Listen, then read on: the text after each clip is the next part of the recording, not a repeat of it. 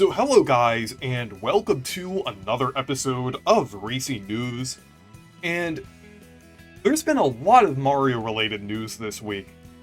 And one of them was very important. And that's what I'm going to discuss first here. So it's for Super Mario Bros. Wonder, and we finally got confirmation of the thing we've been waiting for since the end of August. The new voice actor for Mario and Luigi, and we know it's for Luigi too, since Kevin Afghani, the new voice actor, confirmed that he will be voicing both Mario and Luigi. So yeah, I think he's doing a great job from what we've heard so far. In the first trailer, I actually thought it was Charles Martinet, and it was just a very slightly different voice direction, but he's doing really well. And he is carrying the legacy of Charles Martinet very well.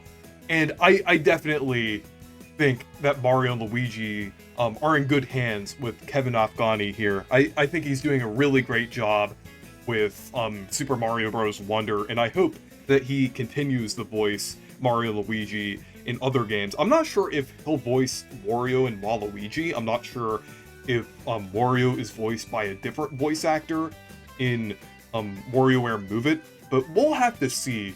But yeah, we'll just have to see after the next couple years of getting like certain re-releases and remakes to get more Mario games that would need voice clips and everything. But yeah, so Kevin Afghani, he's been in a few things before. If you haven't heard of him before, he's actually done some voiceovers for Nintendo Switch commercials, which I think is probably what got him in with Nintendo and everything. So I actually didn't know that when I first saw like the things that he was in. I found that out recently since it's on the Mario Wiki, and I think that's pretty cool. And he also was in a lot of fan things as well. Like there was a Dragon Ball fan series, as well as some animations on Mashed, which is basically basically kind of like a YouTube channel that has a lot of different like fan animations and things.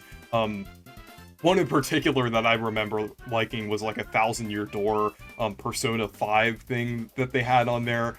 But Kevin Afghani, he was in a few of those.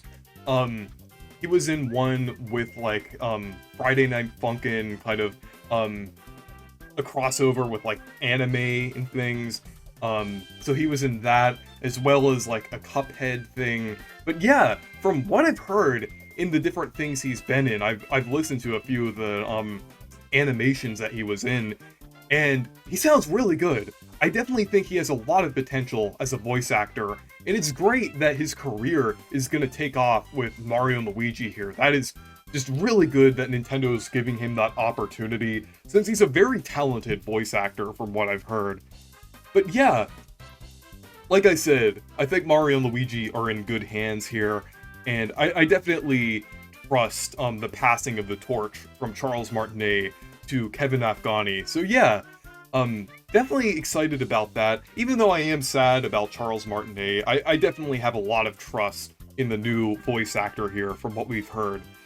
So the next thing is a little bit controversial. Unfortunately. But yeah, for Princess Peach Showtime, well, this controversy doesn't have to do with the actual game itself, weirdly. It has to do with the key art of the game. Since randomly, Nintendo changed the key art of Peach, just having like her normal kind of like, happy expression to being more like determined. I guess that's like the best way you could describe it. And I think it looks good. I think the new expression looks fine. But a lot of people think it looks like movie Peach. And it looks too, like, it looks kind of weird in that way. Does it, like, I don't know why people, like, some people are saying it's, like, off-model, and just, like, they don't like how they're bringing the movie Peach personality into, like, the regular game Peach. But I don't think that's what they're doing here at all. Like, I doubt the in-game model is going to change at all, because we're only, like, a few months away from release. This is just kind of making it look a little more, like, I guess look a little more cinematic. from what I can tell, just make Peach, and also make Peach more expressive as well. It doesn't really look like movie Peach. It still looks like Peach from the games, but just a little more, like, determined and having a different pose. I know it does seem like they changed the model slightly, but it still does look like Peach's in-game design and everything.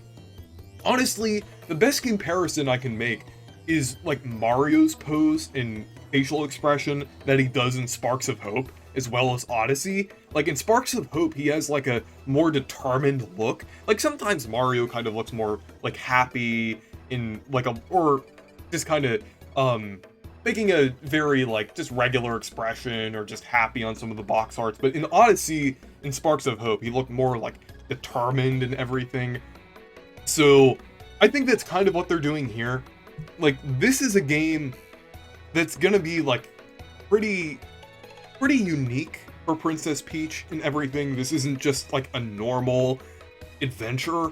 So I guess it kind of makes sense to have Peach with a new expression. And then there's also, like, that other render that they updated on the side with, like, the, martial arts Peach. Like, the Kung Fu Peach on the side there.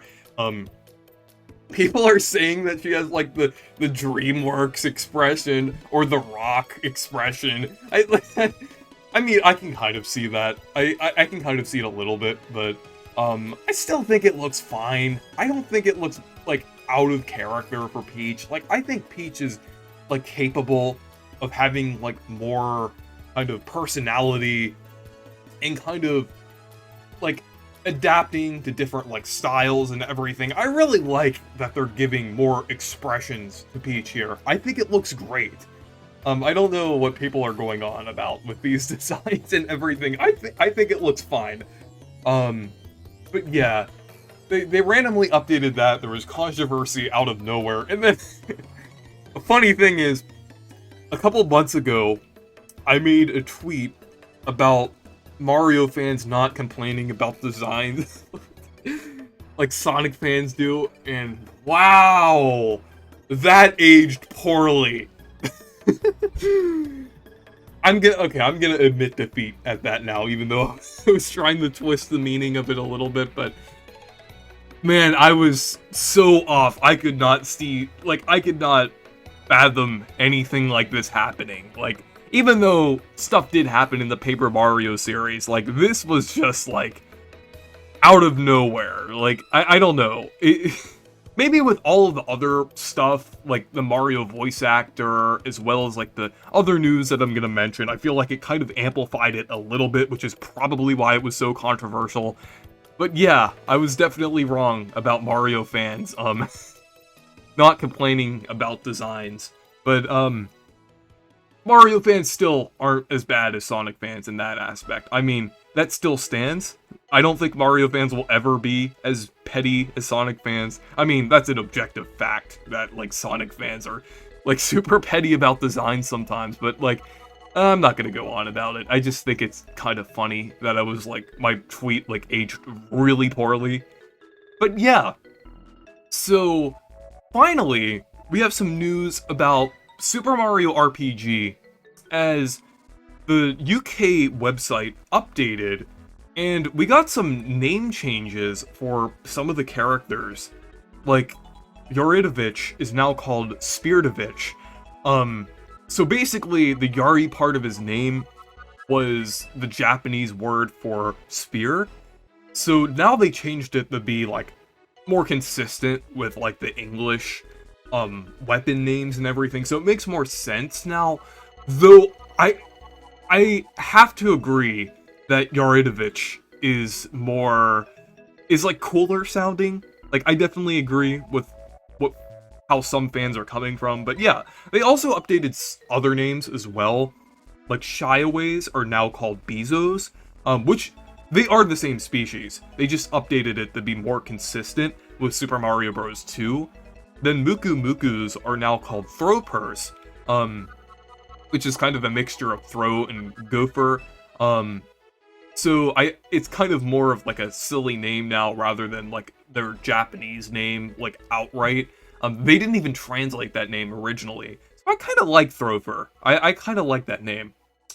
And then, the Remocon was renamed to the Daleks, making it more consistent with, like, the Pupux, enemy. So I kind of like that they did that. So yeah, even though some of the name changes does make some of the names not as cool as they were before, or distinct as they were before, like Yuridovich, I do think a lot of these do make sense. And yeah, on top of that, we also got some new footage of, like, the gameplay, like, kind of a, better sound, like, a better version of the battle theme, since the one on the, trailer from the Direct was kind of obscured by, like, all the sound effects and the narration and everything. But yeah, and then there's also a lot of, renders that were revealed as well. So yeah, pretty cool new info on Super Mario RPG. I'm really excited about this game as a fan of the Mario RPGs. But yeah, anyways, thank you guys for watching this video. Make sure to leave a like and subscribe for more, and make sure to check out my Discord server and Twitter if you want to. Goodbye.